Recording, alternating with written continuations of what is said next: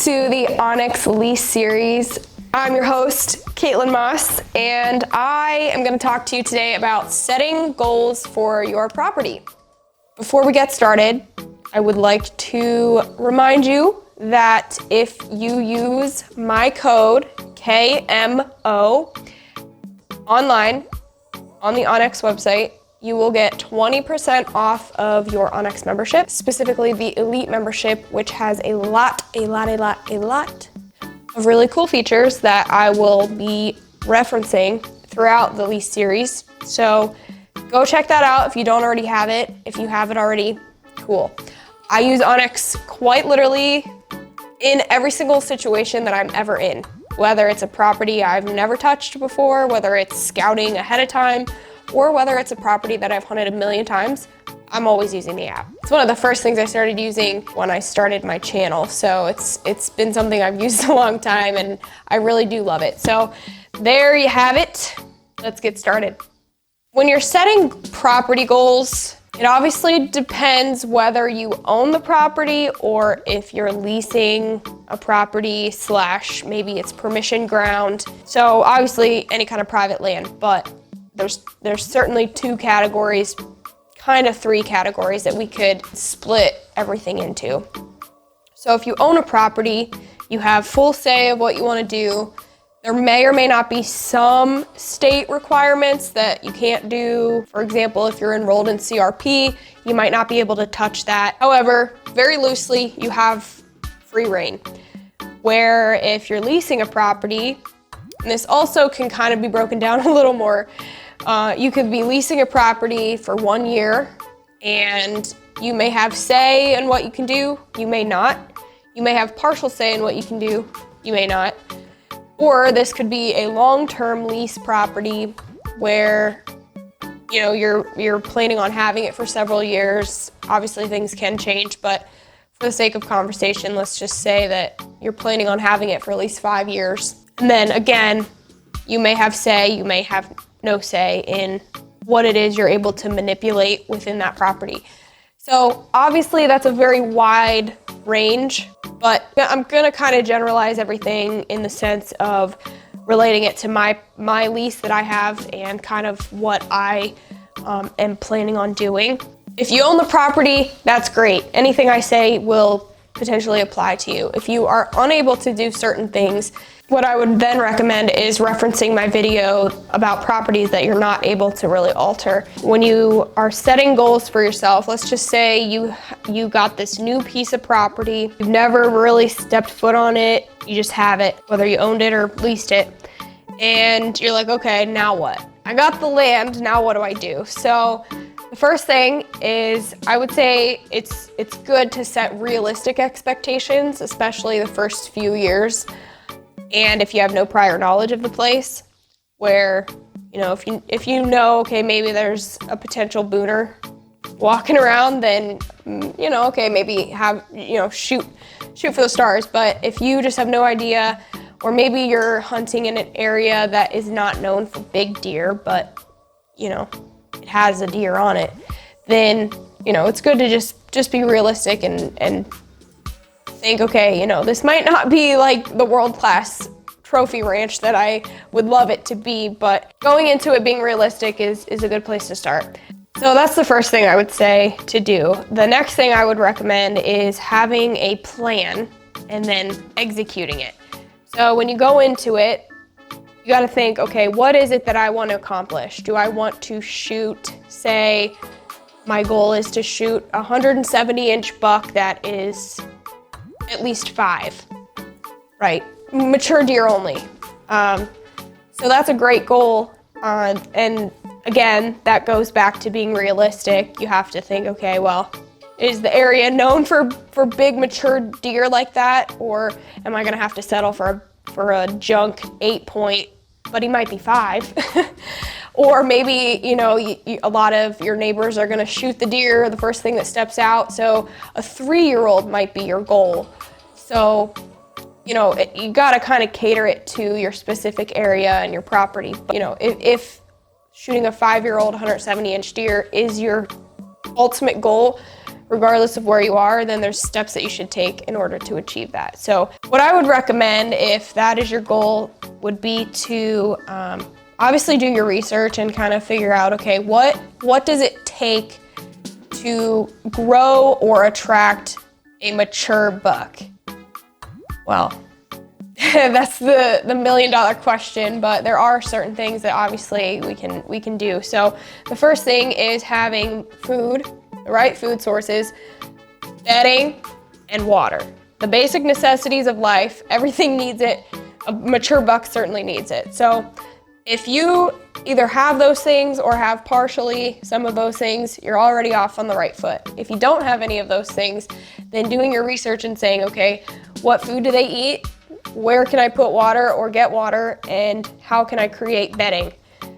That would be your next step. So if we go on the map here and look at my lease, it is primarily an agriculture farm, soybean, corn, that's what's there. So that is essentially food, but we all know that crops need to get cut. So unless you happen to pay the farmer to let some standing, you're gonna lose all that. That means you're left with either relying on the natural food sources that are in the area, within the timber, maybe some CRP and grasses and such, or you have to plant. Because it's an ag farm, that means there's not a lot of timber on my piece, and so we're pretty limited on natural food, especially with there being a good, healthy population of deer. And that also means we're limited on where they can really bed, because if all the crops are getting cut, that's a lot of space that is just wide open. So they're obviously not gonna bed right out in the wide open. So that leaves little slivers, little fingers of tracts of timber that I have to work with to figure out, okay, is there bedding there? Is there food there? Is there water there? And if not, what do I do about that? So luckily, despite the size, there is quite a bit of bedding, and there is a main creek system that runs through the whole thing, as well as a few ponds. So there's a lot of diversity despite the limiting factors. Food is probably the most restricted, which is why we decided to put food plots in. You know, we may or may not hunt over those food plots, but the point of those was more so to just have food readily available so that they want to stay in the area, or if they do travel, they may come back. As far as we know, none of the neighbors have any food plots planted, so in theory, the deer should want to stay on our property. And that kind of leads to my next point, is it's good to either work with your neighbors, or, you know, if you don't want to, or if they don't want to, it's good to at least know or get a general idea of their management as well. Maybe nobody around you hunts, or maybe everybody around you hunts. So knowing that is a huge factor in whether or not your deer are going to be pressured heavily, or whether or not maybe, like in my case, I don't think anyone really has food plots, so good chances that a lot of our deer are going to stay on the property, at least for the most part. So that's super beneficial to knowing, you know, what they need and where it's located. I would also encourage you to look into joining clubs such as QDMA, or different groups and organizations that offer resources to allow you to figure those things out, but as well as, you know, they kind of tell you this is how you do it. And they're really good about making sure that everybody's kind of on the same program, and then, you know, they're catered specifically to your property. Maybe you only have a little sliver of timber on 50 acres and the rest is just CRP. So they're gonna tell you, okay, well, this is what we can do with it. The last segment of that would be the bedding, and my lease has some bedding. A lot of the deer bed literally right over the line on the neighbors, because for whatever reason, nobody else really hunts too much, and it's just super grown up, thick, nasty, which is great. You know, I'm not complaining. It makes my access a lot easier, so I'm not bumping deer off the property. But they also do use our side pretty regularly. So that is something that I take note of. If you don't have that kind of bedding, hinge cutting is a really, really good way to create that. That's one of those things that kind of takes time to create. You can't just cut a tree down and say, okay, go bed under it. You gotta let things grow up around it, let it get brushy. The tree itself should continue to grow partially. So if you do hinge cutting, that's a really good way to create the bedding that may not already be there. The next point that I would say is observation is super vital. If you pay attention to the details of what the deer are doing, whether it's through trail cameras, through physical boots on the ground, you know, maybe you go out shed hunting and say, okay, well, I found the most sheds in this little pocket of woods. Good chance they're gonna be there late season. Things like that are really, really important to pay attention to, because if the deer are already, you know, naturally in there and kind of doing their thing, they're gonna essentially tell you what they want. If they're feeding in your fields, okay, that's good. I need to keep doing that. You know, maybe I need to not hunt the west end of my property because that's where they bed. You know, certain things like that are really important because that's less that you have to manage and manipulate in your favor. Now, that being said, you could do the opposite, and let's just say you don't want them bedding on the west side because that's your only access route. You could go in, clear cut, or clear out whatever thick nasty is in there. Make it super wide open so they're not wanting to bed there, and then go on the east end and create that habitat and bedding and hinge cut. And that's just the perks of if you own a piece, or if, you know, the landowner doesn't care what you do. If you don't have that luxury, then you're kind of stuck with dealing with whatever options you have, but that is something that you could potentially do.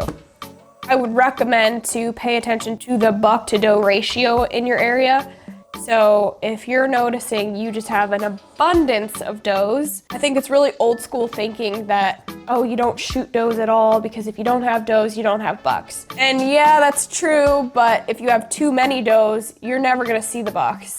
Maybe a little bit early season, but once they start like paying attention to the does and focusing on them, if there's too many of them, they have no reason to go anywhere because there's probably a doe within a very close distance to them. I can personally attest to that. There's a piece that I hunt and it's the same thing. It's just so many does, like I need to honestly go in and shoot as many as I can because the ratio is just so out of whack. So if you can try to get that 1-to-1 ratio, like, it's never probably going to be perfect, but if you can aim for that, you know, take some does out and a clean house, and then that just gives more resources to the rest of the deer that are out there. Especially if you have a small piece, like say only a half an acre food plot.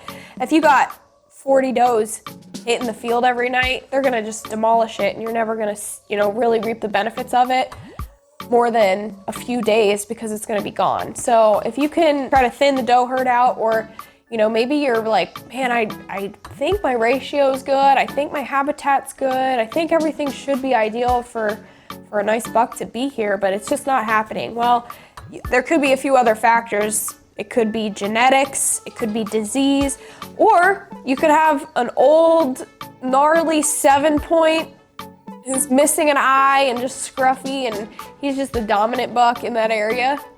Maybe go take him out and see what moves in after him. They are the main competition for a potentially younger buck that might have a nicer rack, but he just doesn't have the guts to go fight this guy.